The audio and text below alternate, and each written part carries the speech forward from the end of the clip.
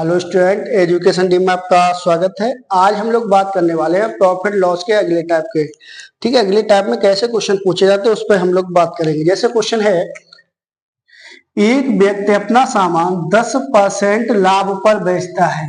यदि वह 15% लाभ पर बेचता तो उसे 200 रुपए अधिक मिलते, तो क्रय मूल्य क्या है। ठीक है, अब यहां पर सबसे पहले परसेंटेज दो दिए, एक तो दी है 15%, दूसरी दी है 10%, और दोनों लाभ है, कोई हानि तो है नहीं। तो सबसे पहले देखो कि परसेंटेज में कितना अंतर है, यानी कि हमें पहले निकालना है 15% और 10% का अंतर निकालना है। लेकिन परसेंटेज में तो हमें निकालना है अंतर, और तो रुपए में कितने का अंतर है, 200 का। यानी कि 15% में तो अगर 10% घटाएंगे तो कितना आएगा, 5%। यानी 5% की जो वैल्यू है वो 200 है, तो 1% की वैल्यू कितनी निकल के आएगी, तो आप कहेंगे 1% की जो वैल्यू निकल के आएगी वो 40 निकल के आएगी। ठीक है, यानी कि 1% की वैल्यू कितनी है, 40 है। क्रय मूल्य होता कितना है, तो आप कहेंगे 100% होता है।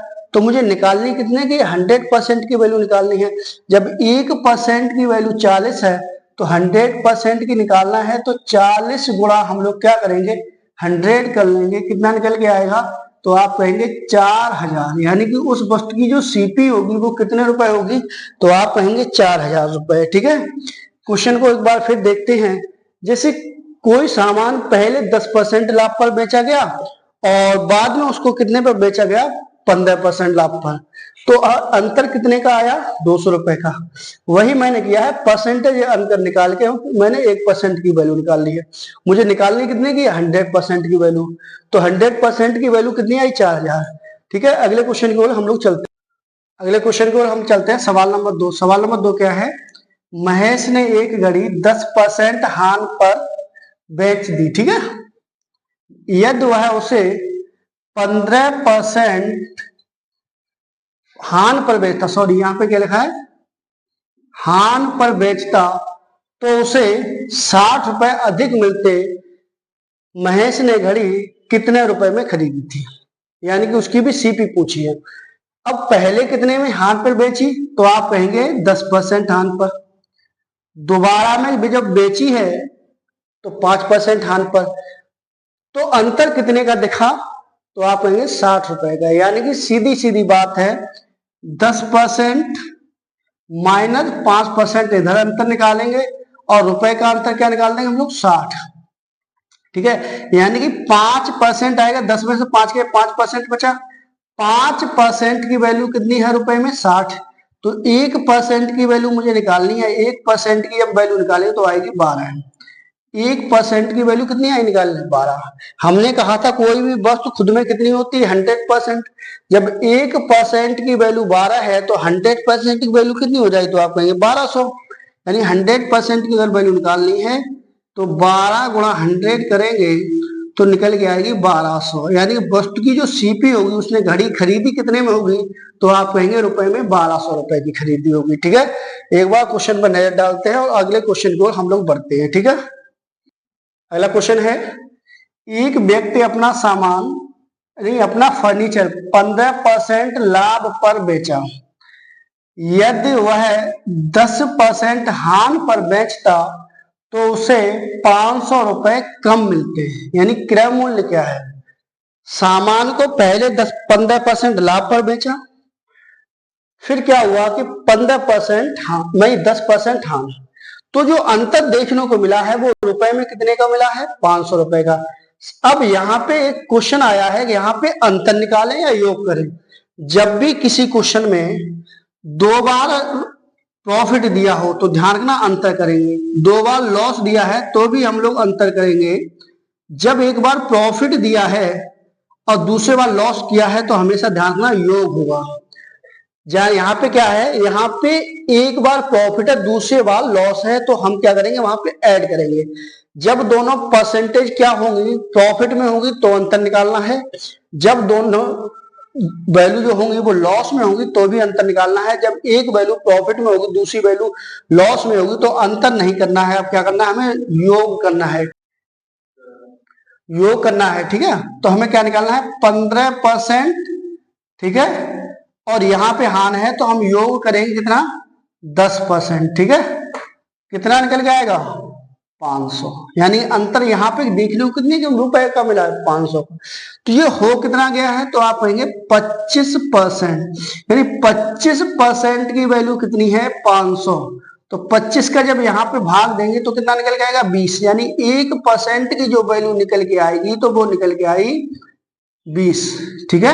यानी 1% की वैल्यू 20 निकल के आई है। हमें निकालनी क्या है क्रयमूल्य। क्रयमूल्य मैंने पहले ही बताया खुद में क्या होता है 100%, यानी 1% की वैल्यू अगर 20 है तो 20 का हम लोग गुणा करेंगे किसमें 100 में, तो देखो देखने को मिलेगा हमें 2000 रुपए, ठीक है। यानी वस्तु की जो सीपी होगी वो कितनी होगी 2000 रुपए होगी, ठीक है। एक बार फिर देख लेते हैं, किसी क्वेश्चन में 2 बार प्रॉफिट दिया है तो आपको अंतर निकालना है, 2 बार लॉस दिया है तो अंतर निकालना है। लेकिन जब एक बार प्रॉफिट दिया है दूसरे बार उसी वस्तु पर लॉस दिया है तो हमें अंतर नहीं निकालना, हमें क्या करना है योग करना है। वही मैंने किया है, एक बार प्रॉफिट हुआ है एक बार लॉस हुआ है तो मैंने क्या किया उनको जोड़ लिया है, ठीक है।